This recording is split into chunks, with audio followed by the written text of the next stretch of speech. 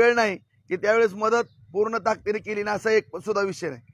जवळपास माझ्या आकडेवारीप्रमाणे 422 कोटी रुपये आज आपण बार्शी तालुक्याला आणले आणि सगळ्या वेळोवेळी शेतकऱ्याला मदत करण्याचा या ठिकाणी प्रयत्न केलेला आहे। भविष्यात सुद्धा सातत्यानं दुष्काळ पडतोय, गारपीट होते, अतिवृष्टी होते, ज्या वेळेस कुठलं संकट येईल त्यावेळेस शेतकऱ्याच्या पाठीशी हे सरकार खंबीरपणाने उभा राहील अशा पद्धतीचं अभिवचन देतो।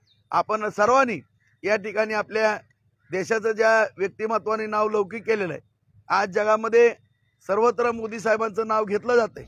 आज देशाची शान ज्यांनी वाढवली अशा नरेंद्र मोदींना तिसऱ्यांदा पंतप्रधान करण्याकरता आपण सर्वांनी या ठिकाणी अर्चनाताई पाटील ह्या त्यांना मत देणार आहेत, तर त्या अर्चनाताईला या ठिकाणी खासदार म्हणून या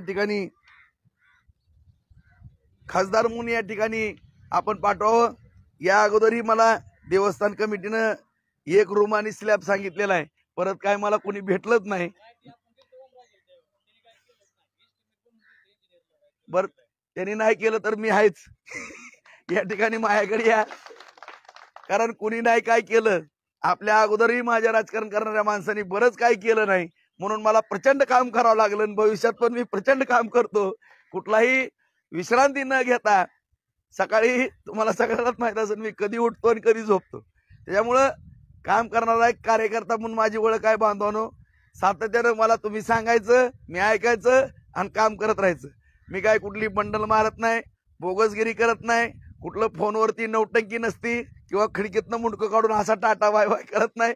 काम करणारा कार्यकर्ता म्हणून माझी ओळख आहे, त्यामुळे या ठिकाणी वेळोवेळी जे कामं माझ्यापर्यंत आणचाल ती कामं करून देण्याची जबाबदारी निश्चितपणानं माझी असेल बांधवानो। परंतु आज या ठिकाणी आपल्या तालुक्याला एक चांगलं स्वरूप अर्थकारणाच्या बाबतीमध्ये मिळतंय। आज आपला तालुका एक आर्थिक दृष्ट्या सक्षम होतोय। आज वैद्यकीय क्षेत्रामध्ये आपण पुढे गेलोय, शिक्षणाच्या क्षेत्रामध्ये आपण पुढे गेलोय, व्यापाराच्या क्षेत्रामध्ये तर तोडत नाही आपल्याला, आणि विकासाच्या बाबतीत तर आपण कधीच मागे नाही। तुम्ही एखाद्या 18 महिन्यामधला आपला निधी आणि एखाद्या कॅबिनेट मंत्र्याच्या मतदारसंघातला निधी ह्याची जर तुलना केली तर बार्शी सरस ठरल्याशिवाय राहणार नाही, आणि जिकडे बार्शी तिकडे सरशी असती। त्यामुळं अर्चनाताई जर निवडून आल्या आणि आपल्या इथनं जादाचं मताधिक्य जर बांधवानं गेलं तर 100% आपल्या बार्शीचं नंदनवन झाल्याशिवाय राहणार नाही, अशा पद्धतीचा या ठिकाणी मी शब्द देतो।